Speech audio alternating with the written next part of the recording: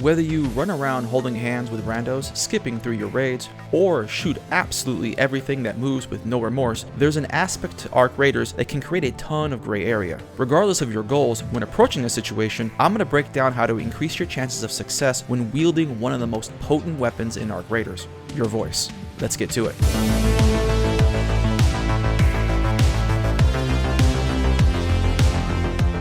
If you've ever been confused by the results of a situation, whether it's being nagged about killing someone who was supposedly friendly, or just flat out betrayed by someone, there were usually readily observable signs that the result was coming. As someone who more than willingly fights and kills on sight, I have a natural suspicion of anyone not wanting to do the same. And so I've put together some general practices I'd like to share for anyone else to better understand this gray area of Arc Raiders interactions. This will especially be useful if you're someone who's only willing to fight if they're forced to. And at the end, I will go over a couple of actions to never do unless you want to get shot right away. For the sake of simplicity, I've organized this into 3 phases. The meet and greet, which is self-explanatory, the leap of faith, the unobstructed line of sight or the disarm position, and the solidification, being a situation where one player can easily kill the other if they really wanted to.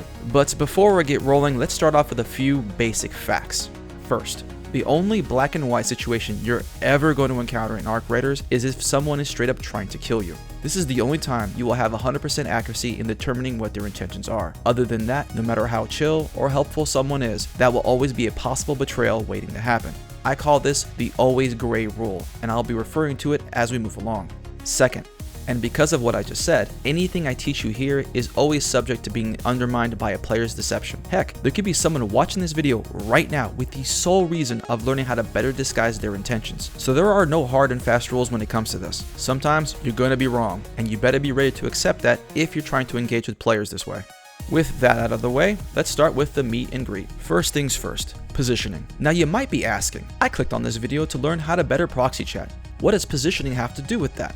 Everything.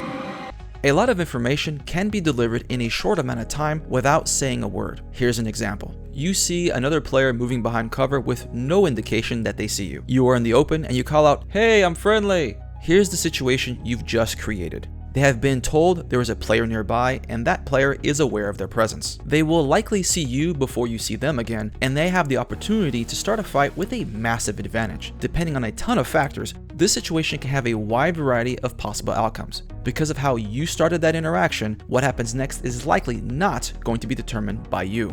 This is where your positioning matters. Let's say you're the one behind cover and concealed while a player is moving nearby when you call out in a calm but confident tone, "Hey buddy, you friendly?" Okay, from here, you've delivered a lot of info without saying a word. You've said, "I see you, you don't see me." I could have just started blasting, but I didn't. I'm starting off at an advantage, so think carefully how you want to proceed from here. Nothing gets a situation de-escalated quite like putting someone in a losing position from the start. Now they can respond verbally, but you want to watch their character. Did they start off with a weapon in their hand? Did they put it away? Or did they draw one out? Are they making their way to cover? Listen to their words, but watch their actions. They could be content with just passing by. There are plenty of people that aren't kill-on-sight players, but maybe aren't trusting enough to be friendly. If the route they're taking doesn't give them an advantage and it moves them farther from you, this is fine. Just remember, as you leave the area, be sure to check if you're being followed. If they're talking and showing somewhat submissive behavior with their character, i.e. not moving to cover, holstering their weapons, etc., then you can reward that by moving to the leap of faith phase by revealing yourself.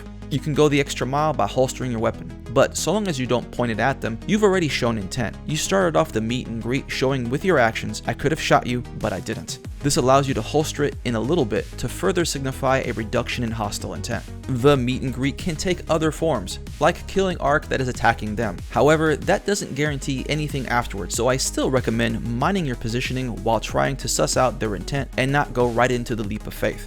Now, if they jump straight out without their weapon holstered, that's a good sign, but always remember the gray rule. And then there's my favorite, the scout call. If I'm rolling up to a building or a position that can easily have someone hiding in it, I will call out, "Hey buddy, I'm just passing through, are we chilling?" A lot of times, there's no one there, but sometimes you mentally disarm someone who is ready to ambush you. They respond, and now you can judge the situation from there. Another route you can always take is having a defib on hand to use on anyone that you've had a fight with and downed. Consider though, I have lost count how many times I've heard, "I don't have anything bro," to only find a full bag of good loot, and players saying saying they were friendly when they were giving me every indication that they weren't. Players will say just about anything once they're down. Now, once you get past the meet and greet and are firmly in the leap of faith phase, there's a lot of different ways this can go down, and before I get into how to navigate that, if you're enjoying the content, leave a like, and I'd like to ask you for you to consider hitting that subscribe and notification button as well. Thank you so much for your consideration, and now back to the video. Now, there are a lot of ways to negotiate this phase. Anybody else want to negotiate?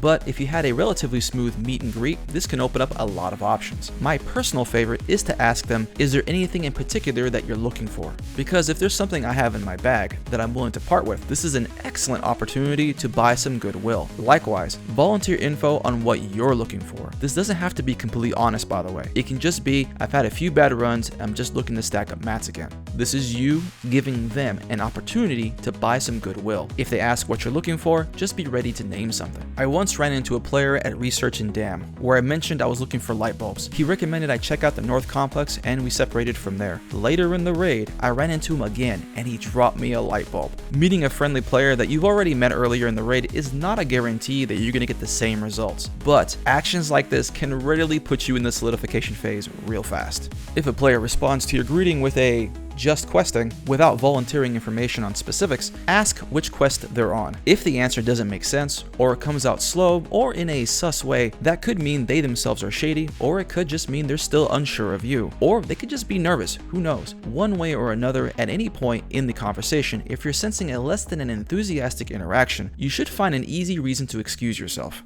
Regardless of how this is going, you're not going to sit around and talk all day, so you need to decide if you're going to go together or not. If you're looking to disengage from the situation for any reason, a good way would be to ask them which way they're going if they haven't volunteered that information. Your response can be, okay, well I'm heading in, insert whatever direction is the opposite, good luck with the rest of your raid. Move away on a path that blocks line of sight to you while being mindful of which direction they're going. After some time, stop to make sure you're not being followed.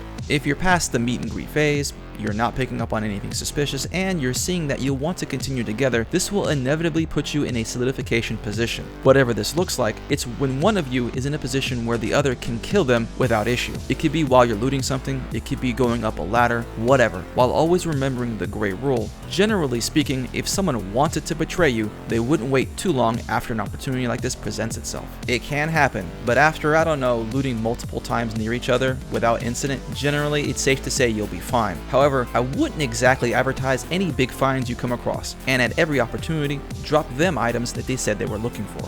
But here's one of the best ways to skip right to the solidification phase. Find a third, or if you come across a pair cooperating already, announce yourself and join them. Go through the same meet and greet and leaps of faith process, but in my experience, betrayals rarely happen when there's a third or fourth player around. While I will always advocate keeping the gray rule in mind, doing these things will help keep you from putting yourself in a bad situation unnecessarily. With that being said, here are just a few things you should keep in mind in order to keep yourself from getting shot immediately on sight. The first thing you should do is actually use your mic. Now, have I had plenty of non-hostile interactions with people without mics? Yes. Would I walk around looting things next to them? Probably not. It is significantly easier to be hostile towards another player behind the mask of anonymity. And because it's harder to trust players with no mics, it's also easier to just decide to kill them. The silence can be taken as a sign of unwillingness to be friendly. Now, unless you jump straight into the leap of faith stage, there's no way of knowing if a player's silence is a sign of ill intent or they just don't have a mic. And with that being said, be sure you have your mic turned on.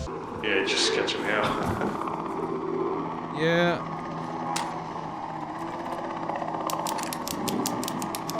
I was in party chat. Fuck, I've been talking to y'all like 8 years.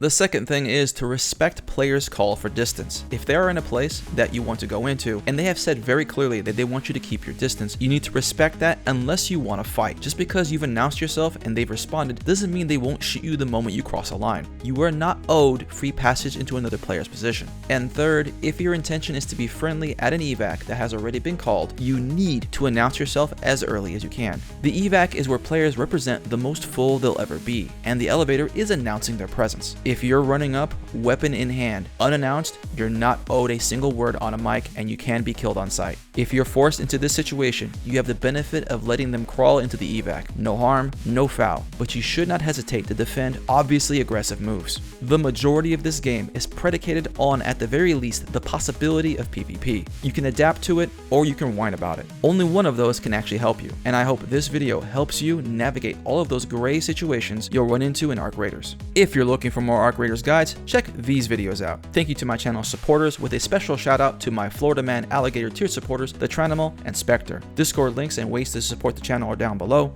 Thank you so much for watching until the end, and as always, good hunting.